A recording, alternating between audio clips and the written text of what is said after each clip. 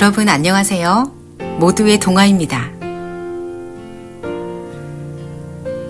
여러분, 12살 어린아이가 어느 날 갑자기 한 나라의 왕이 된다면 어떤 기분이 들까요? 친구들과 뛰어놀고 공부해야 할 나이에 나라를 책임져야 한다면 얼마나 두렵고 외로웠을까요?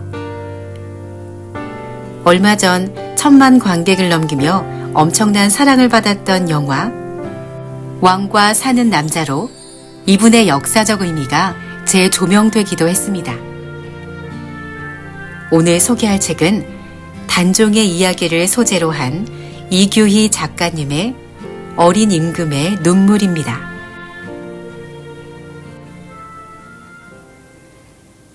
이규희 작가님은 우리 역사와 전통 문화를 어린이들의 눈높이에 맞게 쉽고 감동적으로 들려주는 동화 작가입니다.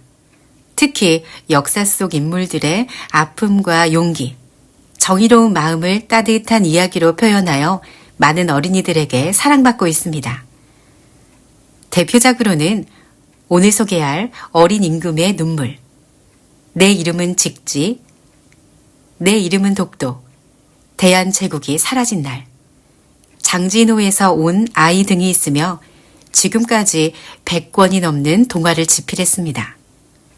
또한 세종아동문학상, 방정환 문학상, 윤석중 문학상 등 여러 문학상을 받으며 그 작품성을 인정받았죠.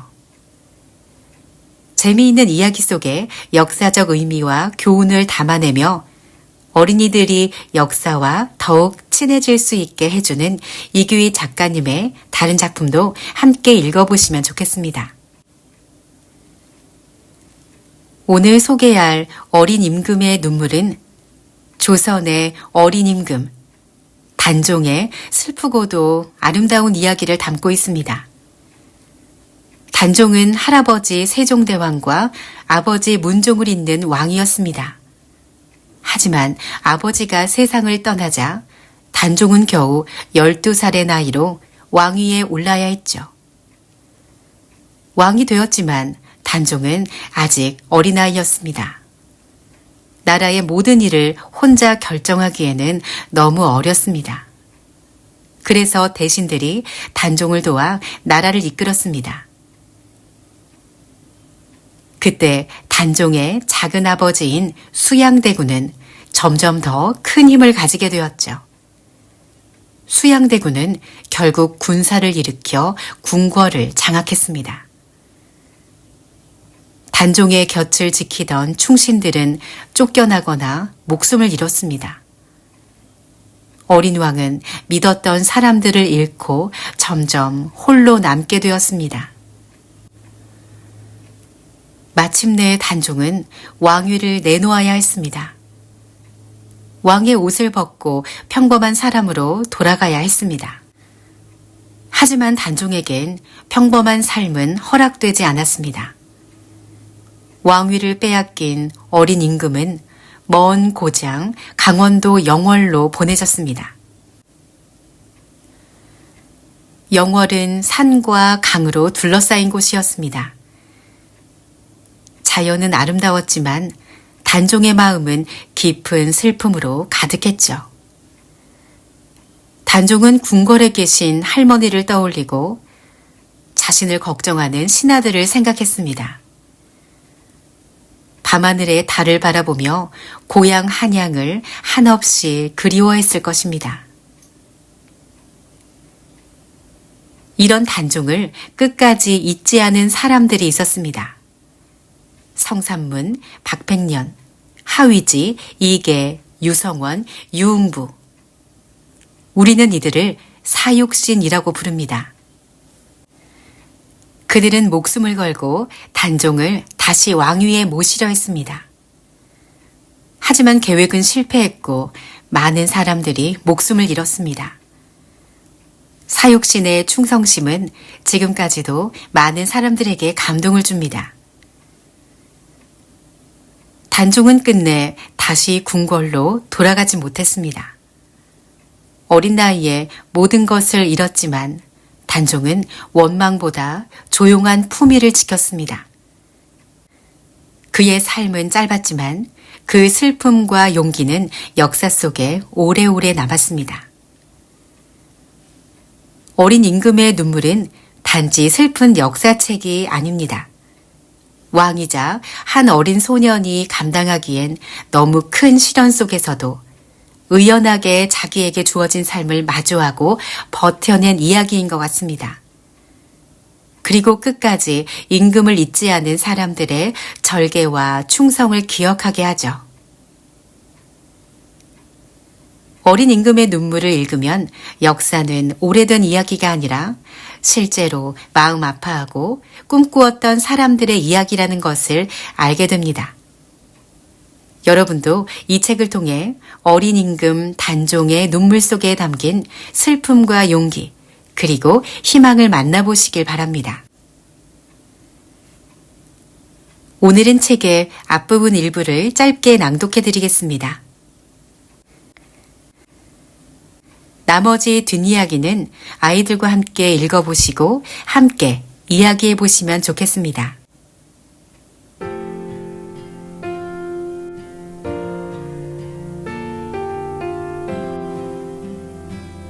어린 임금의 눈물. 이규희 글, 파랑새.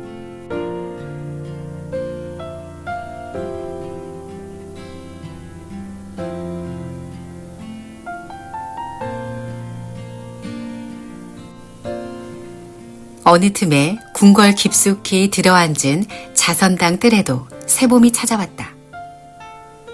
아버지 문종께 아침 문안을 드리고 나올 때 뺨에 스치는 바람에서 달콤한 꽃 향내가 풍겨왔다. 봄은 사람의 마음을 싱숭생숭하게 만드는 것일까? 아침부터 괜스레 마음이 들떴다.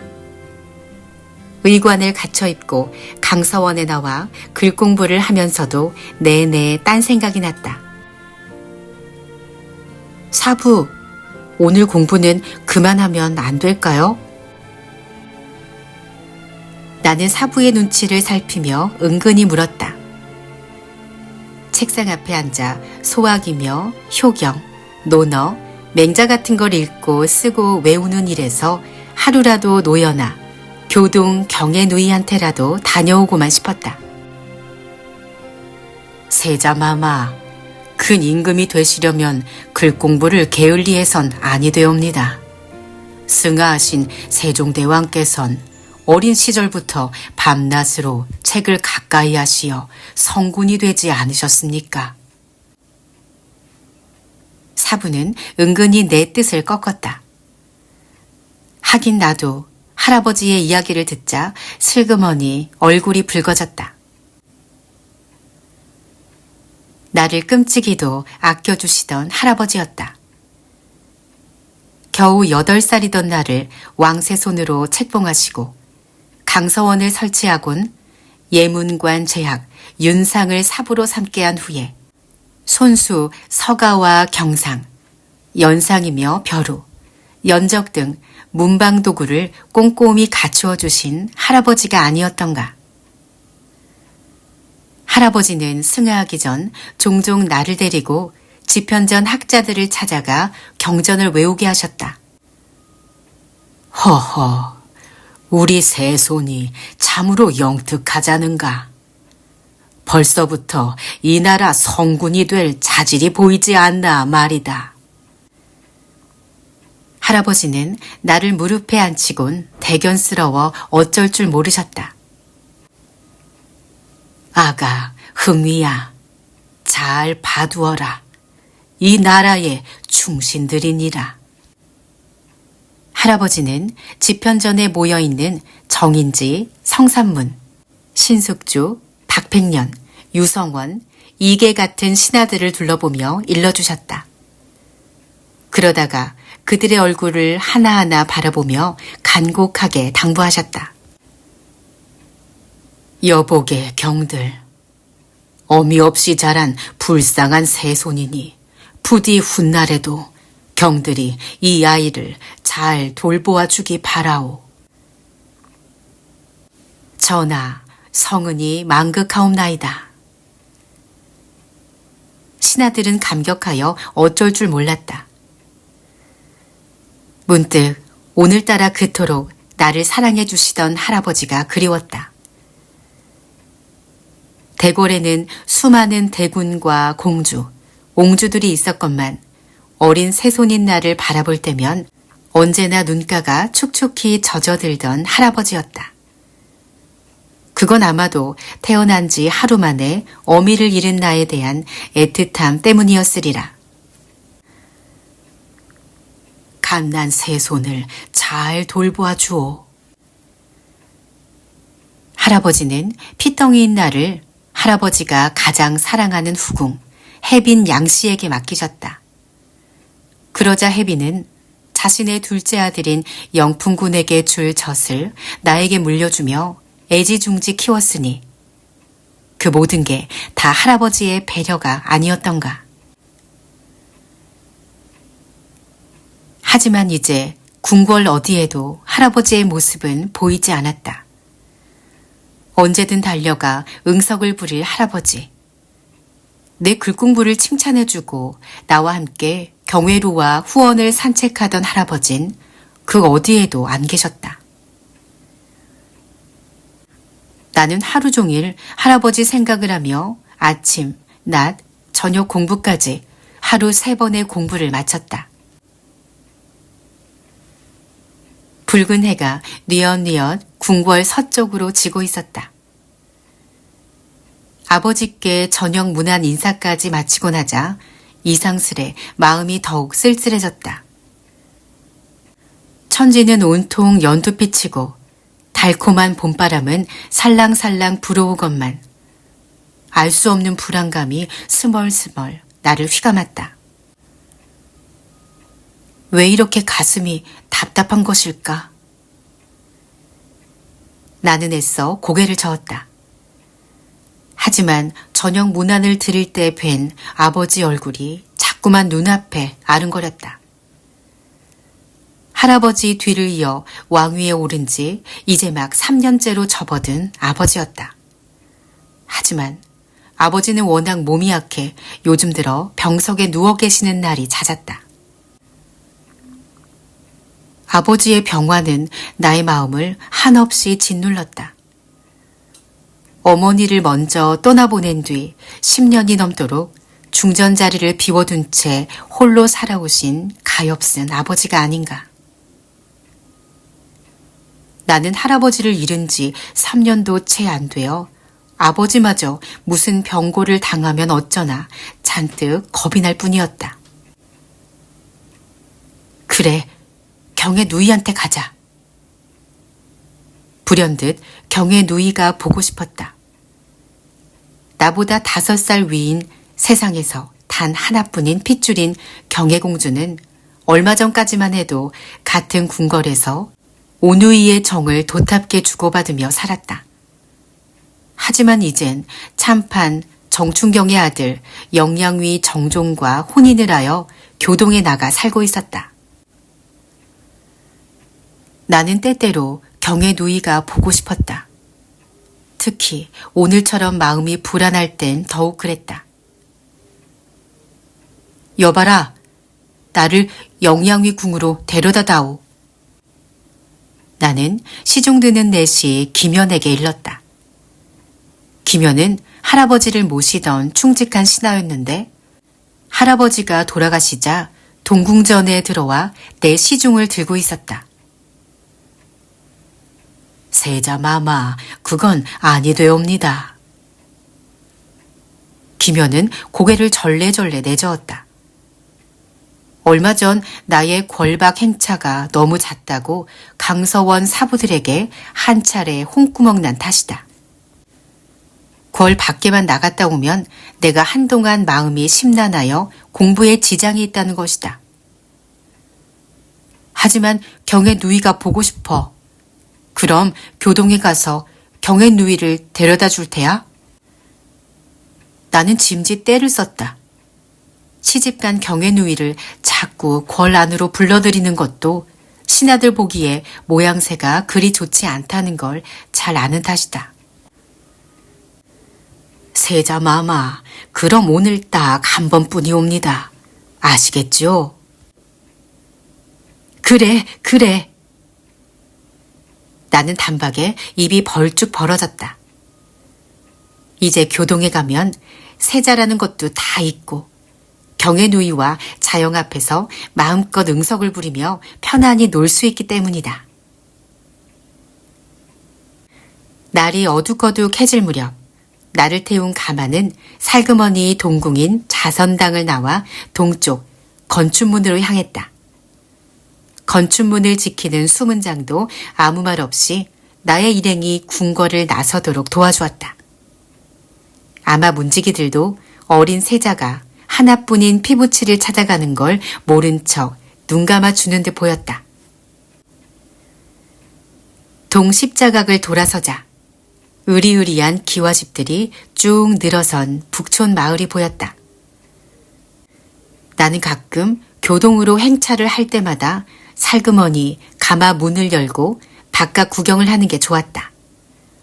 행인들의 떠들썩한 고함이며 왁자지껄한 웃음소리, 때로는 담장 안에서 들려오는 아이들의 목소리를 들을 때면 괜히 가슴이 설레었다. 태어나서 단 한 번도 궁궐 밖에서 살아보지 못한 탓에 일반 백성들의 자유로운 생활이 마냥 부럽기만 하였다. 이런저런 생각을 하는 사이에 가마는 벌써 교동 영양위궁에 날아갈 듯한 소슬대문 앞에 멈췄다. 이미 내가 온다는 기별이 닿았던가? 어느새 경애누이가 비단 치맛자락을 사각이며 대문 앞까지 마중을 나왔다. 세자마마, 어서 오세요. 경애누이는 갓 피어난 모란꽃처럼 활짝 웃었다. 누이의 환한 웃음은 알 수 없는 불안감에 짓눌려 있던 내 마음을 말끔히 씻어주었다. 세자마마, 저녁 마시러 나오셨습니까? 자영인 영양위도 반갑게 나를 맞아주었다. 경애누이, 자영, 참으로 보고 싶었습니다. 나는 짐짓 어리광을 부리듯 대청마루를 쿵쿵거리며 올라갔다. 하지만 뜻밖에도 집안에는 손님이 와 있었다. 내 또래로 보이는 사내아이와 그보다 서너 살 어려 보이는 계집아이였다.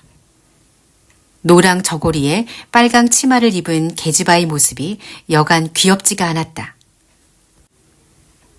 세자마마, 남산골에 사는 제 먼 친척 아이들인 구름이와 신혜이옵니다. 구름이는 이제 12살로 세자마마와 동갑이었고 신혜는 그보다 3살 아래로 이제 9살이죠. 제 아비는 비록 높은 벼슬에 오르진 못했으나 학문이 깊은 사람입니다. 구름이도 제 아비를 닮아 아주 영특하옵지요. 훗날 과거에 급제하여 황희정승 같은 훌륭한 재상이 되고 싶다고 하옵니다. 그래 가끔 가까이 불러 애틋하게 대하고 있습니다. 얘들아, 어서 세자마마께 인사를 올려야지. 느닷없이 찾아온 날 보고 놀라 서 있던 남매는 그제서야 온 매무새를 고치며 절을 하였다. 하지만 신혜라는 계집아이는 너무 놀란 나머지 절을 하고 일어나다 옷고름을 밟고 고꾸라질 뻔하였다. 그 모습을 본 나는 재미있다는 듯 크게 웃었다. 신혜의 뺨은 금세 잘 익은 복숭아처럼 붉어졌다. 그럼 얘들아, 어서 물러들 가거라. 영양위는 행여 내게 신뢰가 될까 하여 구름이와 신혜를 내몰았다. 자영, 그 아이들을 그냥 여기 있게 하세요. 이렇게 동갑내기 동부를 만나니 오히려 반가운걸요. 오늘 밤 같이 머물며 재미있게 지내고 싶어요. 나는 뜻하지 않게 궐 밖에서 또래 아이들을 만난 게 마냥 기뻤다. 궁궐에도 어미를 잃은 내게 젖을 빼앗기고 유모 품에서 자란 영풍군과 그 위로 한남군이 있긴 하지만 그들은 내게 어엿한 삼촌뻘이었다. 혜빈 양씨가 할아버지의 후궁이었으니 말이다. 그러니 그들을 친구처럼 대할 수는 없었다. 나는 구름이와 신의 남매가 가버릴까봐 오히려 걱정이었다. 세자마마, 동무가 그리웠던 게군요. 영양위와 경애누이는 마주보며 활짝 웃었다. 그날 밤 나는 모처럼 세자라는 자리를 다 잊어버렸다. 경애누이는 어린 동생을 위해 정성껏 저녁상을 차려오고 떡이며 다식, 과일을 내왔지만 나는 먹는 것보다 노는 게 더 좋았다. 양볼에 솜털이 보스스한 시내는 처음엔 머문머문 말도 잘 못하더니 차츰차츰 나를 제 오라버니 대하듯 편하게 여기는 눈치였다. 세자마마, 요즘 저는 실뜨기 놀이를 한답니다. 저랑 해보실래요? 시내는 볼 오물을 지으며 생긋 웃었다. 그러곤 허리춤에 메고 온 빨강 복주머니에서 한 발가량 되는 실을 꺼내어 양끝을 동여매더니 그 실을 평평하게 당겨 한 번씩 손가락에 감았다. 그런 뒤에 오른손 가운데 손가락으로 왼손에 감긴 실을 당기고 왼손 가운데 손가락으론 오른손에 감긴 실을 당기어 두 실이 가위표 모양이 되게 하였다. 세자마마, 이렇게 하면 젓가락 모양이고요. 요렇게 하면 절구통 모양이에요. 시내는 앙증맞은 손을 요리조리 움직였다. 이야, 그거 참 신기하구나. 고작 한 발가량의 실로 이렇듯 여러 가지 모양을 만들 수 있다는 게 나는 마냥 즐거웠다. 세자마마도 해보세요. 시내는 내게도 실뜨기를 가르쳐 주었다. 밤이 깊어도 우리의 놀이는 끝나지 않았다. 마당에서 함께 투호 놀이를 하며 마치 여염집 아이들처럼 흥겹게 놀았다. 나는 구름이와 시내가 참 마음에 들었다. 가끔 궁궐에 들어와 문안 인사를 하는 대갓집 자제들한테서 풍겨오던 꾸민 듯한 태도가 아닌 수더분한 모습이 보기에 좋았다. 저하. 아까부터 4시 기면이 문 앞에 서서 이제 궁궐로 돌아갈 시간이라며 자꾸 재촉하였다. 어느 틈에 자정이 가까웠던 것이다. 살그머니 동궁인 자선당으로 돌아가려면 서둘러야만 하였다. 구름아, 시내야, 너희들을 만나서 참 반가웠다. 내 다음에 경애누이 집을 찾아올 터이니 그때 또 놀러와 주지 않으련? 세자마마, 하찮은 저희들을 이토록 어여삐 여겨주시니 몸둘 바를 모르겠나이다. 구름이는 머리를 숙이곤 어쩔 줄 몰라 하였다. 구름이, 우린 이제 세자와 신하의 관계가 아니라 친구가 되었다네. 나에게도 이 세상에 좋은 친구 한 사람쯤은 있어야 하자는가? 또 누가 알겠는가? 할아버지와 황희 정승처럼 먼 훗날 자네와 내가 그런 사이가 되어 함께 나란 일을 보게 될는지. 게다가 난 오늘 시내처럼 어여쁜 누이 동생까지 덤으로 얻었으니 한없이 기쁘다네. 그럼 다음에 또 만나세. 세자마마, 황공하옵나이다. 구름이와 시내는 머리 숙여 깊이 절을 하였다. 모처럼 즐거운 시간을 보낸 나는 서둘러 궁궐로 돌아왔다. 그날 이후 문득문득 구름이와 시내의 모습이 떠오를 때마다 나는 그들이 부러웠다. 나도 평범한 백성의 자식으로 태어났더라면. 마음대로 도성 밖에 나가 저작거리 구경도 하고 시냇가에서 고기잡이도 하고 산과 들로 뛰어다니며 또래 아이들과 칼싸움도 하고. 하지만 그건 이미 나의 운명이 아니었기에 그들이 더욱 부럽게 느껴질 뿐이었다.